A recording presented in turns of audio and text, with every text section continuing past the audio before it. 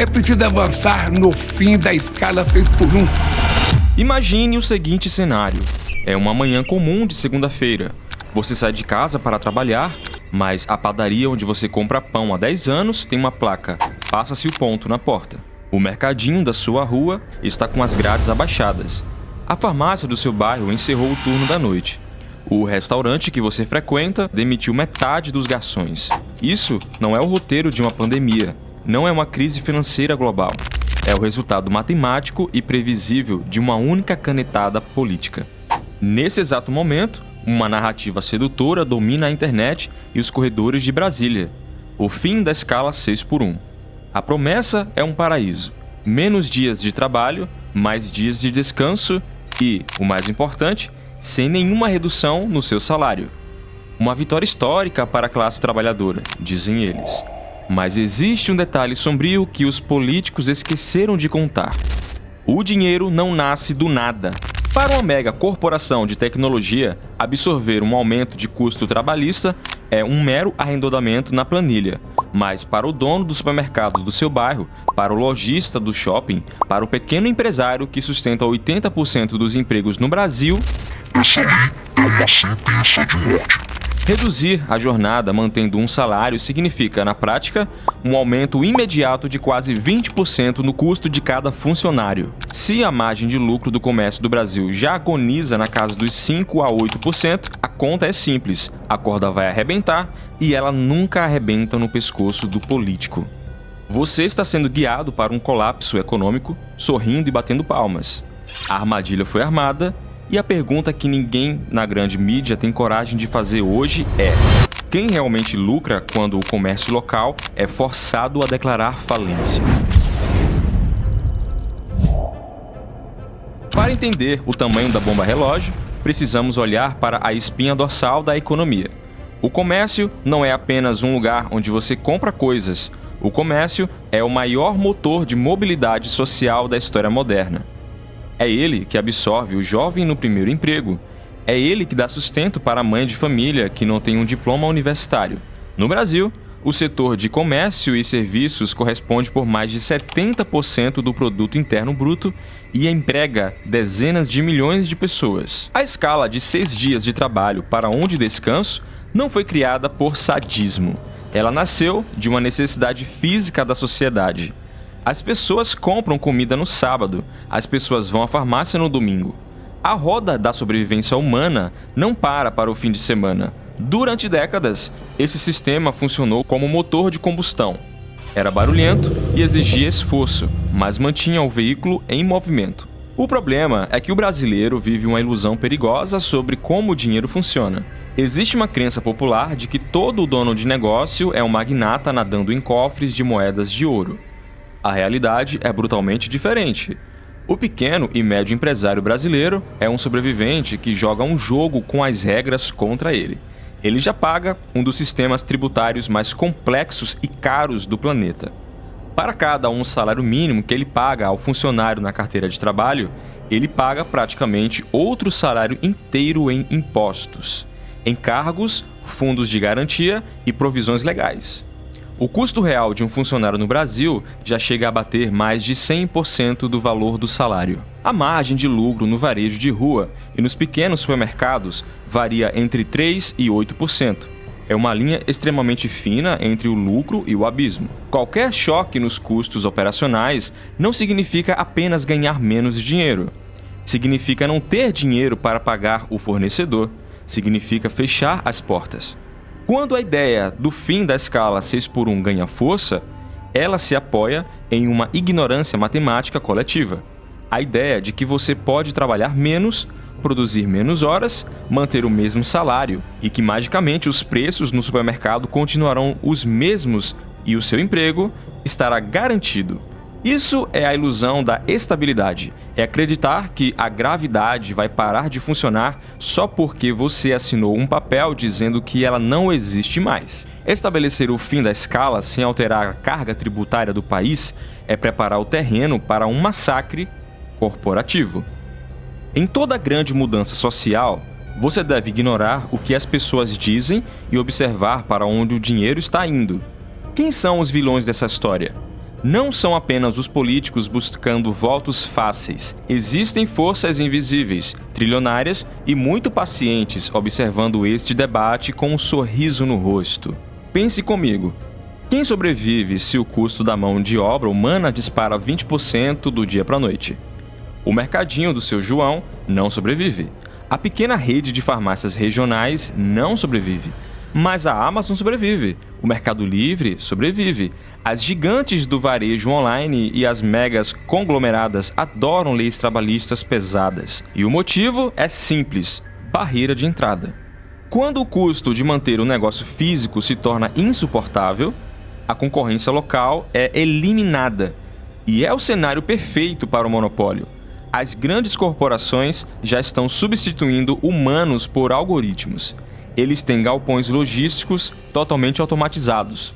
Eles usam inteligência artificial para o atendimento ao cliente. Eles têm caixas de autoatendimento para essas empresas. A mão de obra humana já é um detalhe em extinção. Imagine que a economia é um oceano.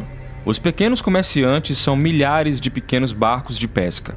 As megas corporações são navios industriais gigantescos. Se o governo aprova uma lei que obriga todo barco a usar um motor de luxo caríssimo, o governo diz que está ajudando os pescadores a navegar melhor. Mas, na verdade, os pequenos barcos afundam porque não conseguem pagar a conta. E os navios gigantes ficam com todo o peixe do oceano só para eles. A imposição abrupta de uma escala reduzida atua exatamente assim. Ela é uma força invisível da concentração de riqueza. Ela destrói a base da pirâmide e canaliza todo o capital de consumo para o topo. Enquanto o público celebra nas redes sociais a vitória sobre o patrão explorador, o verdadeiro poder corporativo global se prepara para devolver os restos mortais do comércio local. Existe outra força invisível operando: a inflação. Se a padaria agora precisa contratar mais um padeiro e mais um atendente para cobrir os buracos da nova escala, a folha de pagamento incha. E esse custo extra não desaparece no ar. Ele é transferido diretamente para o preço do pãozinho, para o preço do leite, para o preço da conta de luz. Você pode até trabalhar um dia a menos, mas o seu salário comprará metade do que você comprava antes. O imposto invisível da inflação vai corroer o seu poder de compra em tempo recorde. Você ganha tempo livre, mas perde capacidade de financiar a sua própria vida. E enfim, chegamos ao clímax. A lei é aprovada. A caneta presidencial assina o documento, chuva de confetes, manchetes celebrando a dignidade humana. Mas o dia seguinte é onde a realidade econômica cobra o seu preço. E o preço será cobrado em sangue financeiro. O primeiro sintoma do colapso será a paralisia das contratações. Nenhuma empresa no Brasil vai assinar uma nova carteira de trabalho sabendo do aumento brutal do custo por hora. O jovem de 18 anos, que precisava do comércio para ter a sua primeira experiência profissional, vai encontrar uma parede de tijolos. O desemprego entre os mais jovens, que já é alarmante, vai disparar para níveis catastróficos. Em seguida, começam as demissões em massa, mas elas não serão anunciadas assim.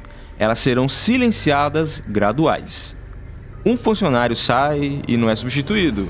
O turno da madrugada do posto de gasolina é cancelado. Restaurantes passam a fechar às segundas-feiras e terças-feiras. A economia encolhe, o dinheiro para de circular na velocidade necessária para manter a engrenagem viva. O setor de farmácias já calculou o desastre. Para manter o modelo atual de atendimento com uma jornada reduzida, estima-se que os preços dos medicamentos básicos precisem subir 2 dígitos quase que imediatamente.